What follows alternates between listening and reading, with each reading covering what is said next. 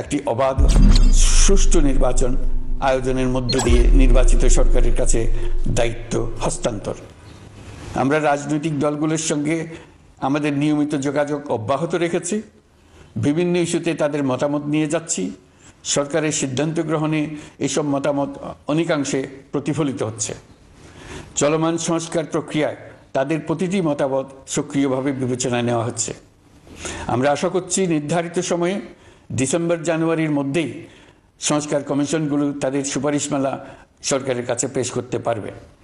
তাদের সুপারিশ নিয়ে আমরা রাজনৈতিক দলগুলোর সঙ্গে ক্রমাগতভাবে আলোচনায় বসব। সকলের ঐক্যমত্যের ভিত্তিতেই আমরা সংস্কার প্রস্তাব চূড়ান্ত করব। নির্বাচন কবে হবে এই প্রশ্ন আপনাদের সবার মনেই আছে, আমাদের মনেও সারাক্ষণ আছে। আপনারা লক্ষ্য করেছেন নির্বাচন আয়োজনের লক্ষ্যে আমরা প্রয়োজনীয় পদক্ষেপ নিতে শুরু করেছি। কয়েকদিনের মধ্যে নির্বাচন কমিশন গঠন হয়ে যাবে। তারপর থেকে নির্বাচন আয়োজন করার সমস্ত দায়িত্ব তাদের উপর বর্তাবে। নির্বাচন কমিশন ভোটার তালিকা হালনাগাদ সহ আরও কিছু কাজ শুরু করে দিতে পারবে, যা একটা অবাধ নির্বাচনের সাথে সরাসরি সম্পৃক্ত। প্রথমবারের মতো প্রবাসী বাংলাদেশিরা পোস্টাল ব্যালটের মাধ্যমে যাতে তাদের ভোটাধিকার প্রয়োগ করতে পারে সে লক্ষ্যেও সরকার কাজ করছে। তবে আমরা মনে করি না যে একটা নির্বাচন কমিশন গঠন করে দিলেই নির্বাচন আয়োজনে আমাদের দায়িত্ব শেষ। রাষ্ট্র ব্যবস্থায় সংস্কার আমাদের এই সরকারের অন্যতম অঙ্গীকার। আপনারাই আমাদেরকে এই ম্যান্ডেট দিয়েছেন। যেই 6টি সংস্কার কমিশন আমরা শুরুতে গঠন করেছিলাম তারা ইতিমধ্যে তাদের কার্যক্রম অনেক দূর এগিয়ে নিয়েছে। বিভিন্ন গণমাধ্যমে আপনারা তাদের কার্যক্রমের আপডেটও দেখছেন। কয়েকটি সংস্কার কমিশন ডিজিটাল প্ল্যাটফর্ম গঠন করেছে। আমার অনুরোধ, আপনারা এই প্ল্যাটফর্মে উৎসাহ সহকারে আপনাদের মতামত জানাতে থাকুন। প্রথম 6টি সংস্কার কমিশনের মধ্যে একটি হলো নির্বাচন সংস্কার কমিশন।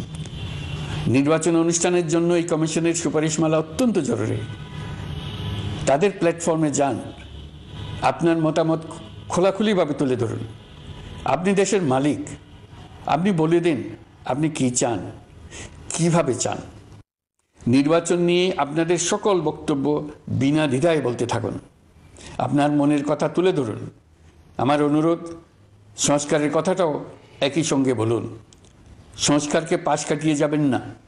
নির্বাচনের কথা বলার সঙ্গে নির্বাচন ও অন্যান্য ক্ষেত্রে সংস্কারের কথাটিও বলুন। সংস্কার হলো জাতির দীর্ঘমেয়াদী জীবনী শক্তি।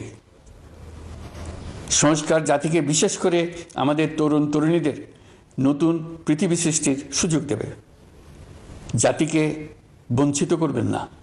নির্বাচন আয়োজনে যে সংস্কার কমিশনের সুপারিশমালায় রাজনৈতিক দলসমূহ এবং দেশের সকল মানুষের মতামত অপরিহার্য, সেই কমিশন হলো সংবিধান সংস্কার কমিশন। এই সুপারিশমালার যে অংশ সকলের কাছে গ্রহণযোগ্য হবে তার ভিত্তিতে নির্বাচনী আইন সংশোধন করতে হবে। সমান্তরালভাবে ভোটার তালিকাও হালনাগাদ করার প্রক্রিয়া চলতে থাকবে।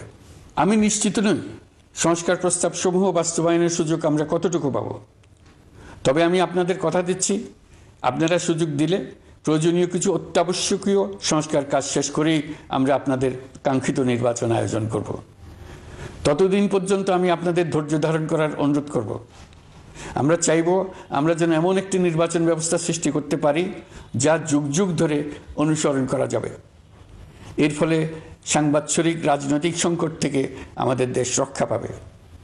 এই জন্য প্রয়োজনীয় সময়টুকু আমি আপনাদের কাছ থেকে চেয়ে নিচ্ছি।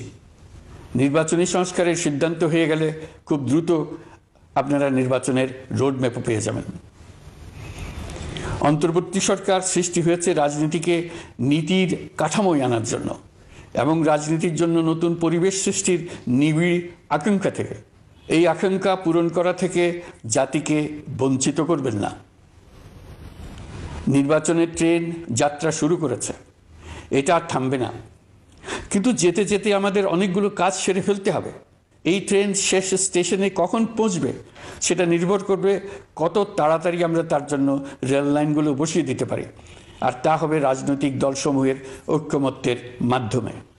ইতিমধ্যে অন্যান্য সংস্কার কমিশনের সুপারিশমালা নিয়ে আলাপ চলতে থাকবে। নির্বাচন ছাড়াও আরও গুরুত্বপূর্ণ সংস্কার করার ব্যাপারে ঐক্যমত গঠনের জন্য অতিরিক্ত সময় প্রয়োজন হতে পারে। দেশবাসীর কাছে, বিশেষ করে রাজনৈতিক দলগুলির কাছে আমরা ক্রমাগতভাবে প্রশ্ন তুলতে থাকব, কী কী সংস্কার নির্বাচনের আগে আপনারা করে নিতে চান। নির্বাচনের আয়োজন চলাকালীন কিছু সংস্কার হতে পারে, সংস্কারের জন্য নির্বাচনকে কয়েক মাস বিলম্বিতও করা যেতে পারে। আমরা দুদিন পরে চলে যাব, কিন্তু আমাদের মাধ্যমে জাতির জন্য যে ঐতিহাসিক সুযোগ সৃষ্টি হলো, সেই সুযোগটা যেন কোনো রকমই হাতছাড়া করে না দিই, এটার ব্যাপারে দৃঢ় থাকার জন্য আমি দলমত, নারী পুরুষ, ধর্ম, তরুণ, বৃদ্ধ, ছাত্র, ব্যবসায়ী, শ্রমিক, কৃষক নির্বিশেষে সবার কাছে আহ্বান জানাচ্ছি। আশা করি আপনারা আমার এই আবেদন গ্রহণ করবেন।